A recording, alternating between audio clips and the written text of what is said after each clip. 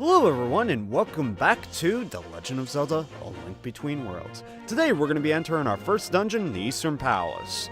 Oh, and hopefully saving Osifala's stupid, arrogant ass.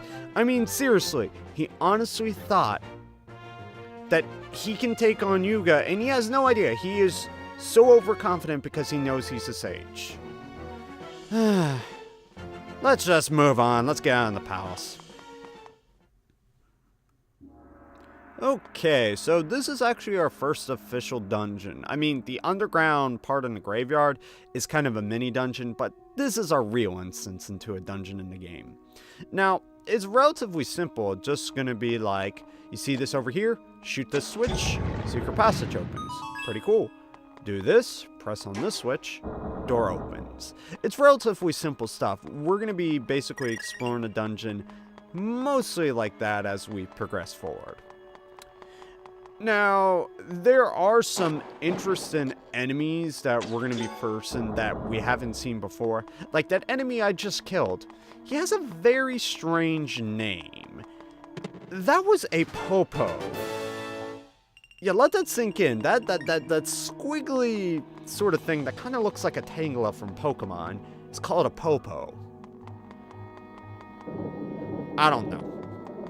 Alright, so we got a little bit of a puzzle here. And by puzzle, I mean dodge stuff. Basically, you have these iron balls that are going to come at you. You can dodge them by moving either left or right, and if the big one comes, you can move into one of those little cubbies that will hopefully protect you from getting hit. Now, to make this dungeon as seamless as possible, I have a route optimized where we're going to go through and not have to deal with so much crap. So the first thing we're going to do is come in this room and then deal with the Popo. These are not police officers. These are literally enemy names. I don't know why. Okay. Now, there's a lot of secrets that you can find as you're going through the dungeon. For example, when you entered the room, there was like some weird dust that came from here. Why is that? Well, there's a secret passage in which you can get treasure. And that's my main goal of the dungeon, is to try to show off all the treasure that you can get. Because in most playthroughs of the game, when people like play this game and they optimize the run, they usually don't go through all of the chests. I only do it because, well, it's fun to show off all the cool stuff in the dungeons that nobody shows off. Okay then. Alright, so now that we're here, what we gotta do is we're actually trying to find a key in order to progress. There we go. Me not being able to speak my native tongue, which is English. We gotta go and try to find a key. Luckily, in the next room, there is a treasure chest. And now this is basically our first instance of a sort of a puzzle. Shoot switches. And it's time. Pretty simple stuff. Now, one thing, there's actually a room beneath us that we actually can't get to under normal conditions. There was no bottom door unless you go through here. It's pretty cool, little secret. I hate doing that where I'm used to pressing start in order to open up your item menu. It's just something I've been doing constantly while I was playing Majora's Mask. Anyways, these are fairies. What we want to do is equip our bug catching net and hopefully catch a fairy. And what we're going to do, put it in a bottle. And I recommend for anybody starting this game, you're going to need to get a fairy in a bottle. It will save you, trust me. Especially for the boss. If you're taking a little back from it for your first time, it might be a little bit difficult. Okay, so in this room, it's kill all the Armos. There we go. Yeah, you don't want to stand in the middle too much because they can gang up on you and beat you up relatively fast.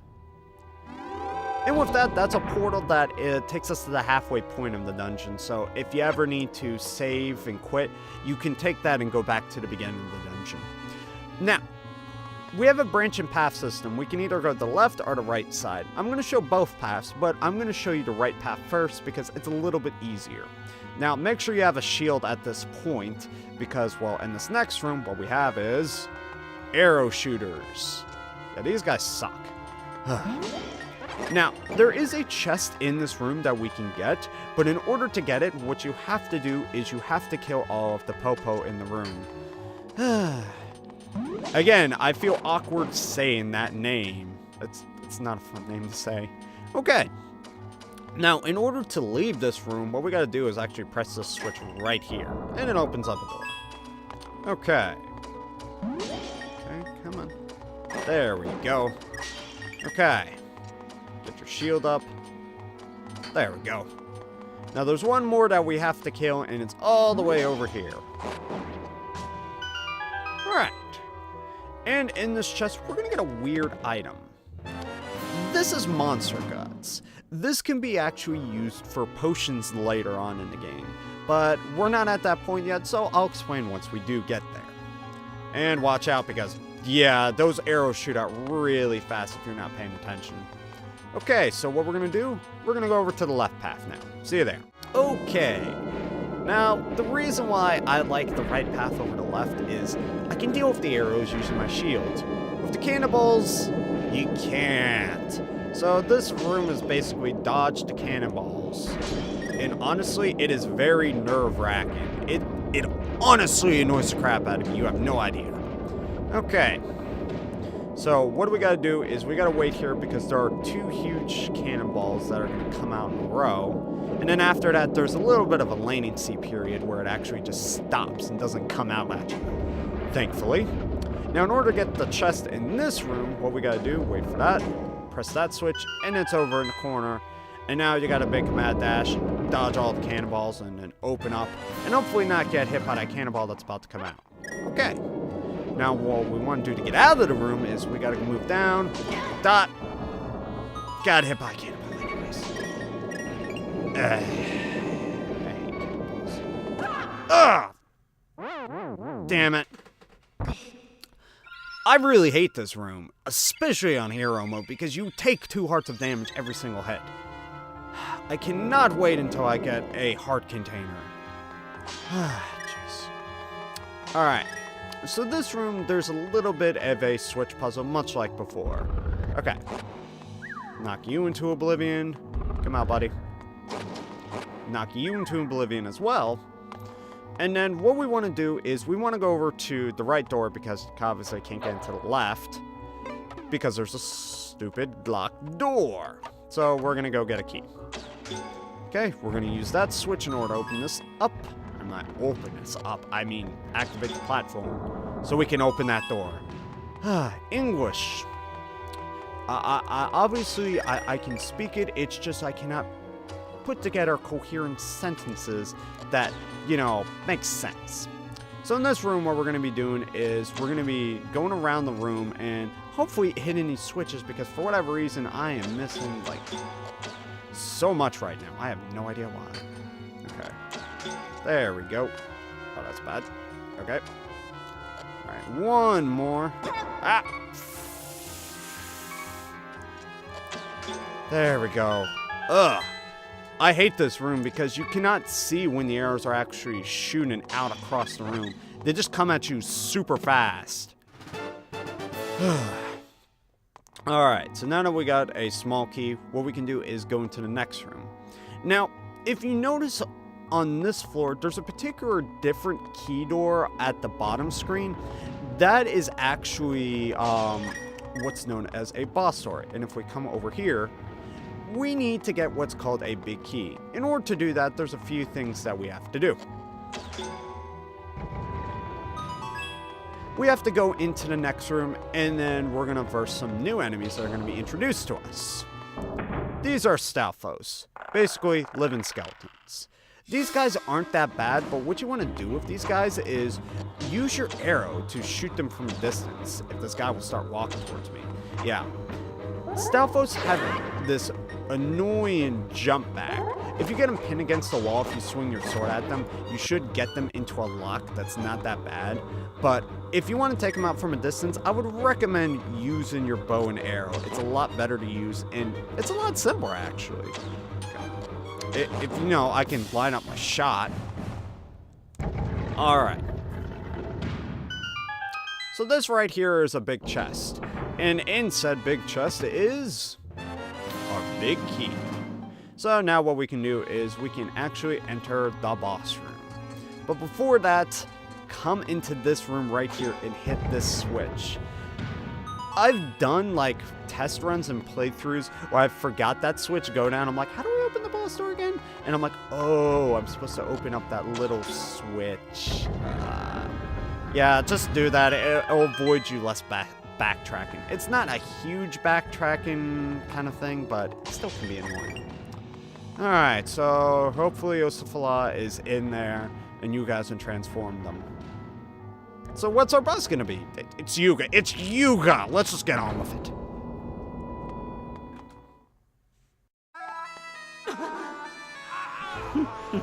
Ha! After all your posing and all your preen, just look at you now. Now, my fine fellow, prepared to be made in my latest work of art. You have a privileged place in my collection of sages.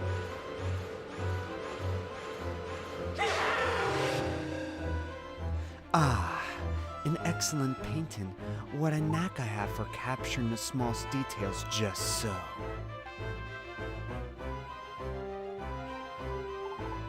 Oh, who? You're that wriggling worm I saw at the sanctuary.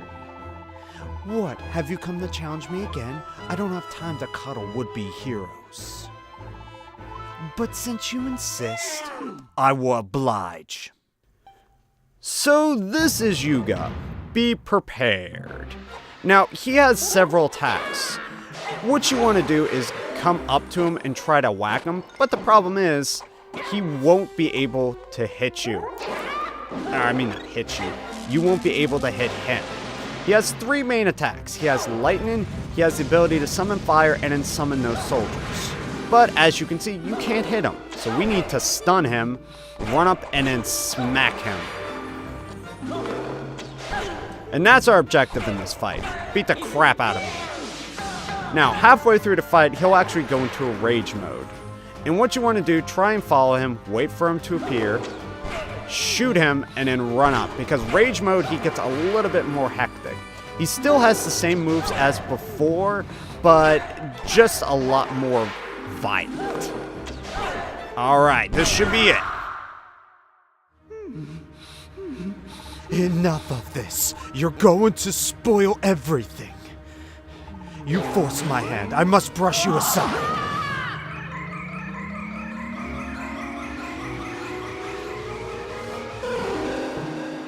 And just like that, we're a painting on a wall. What a sad, drab painting you make. You can rot there for all I care. Now onwards, my collection requires even more perfect paintings. Oh, how I long to hang that exquisite Princess Zelda on my wall.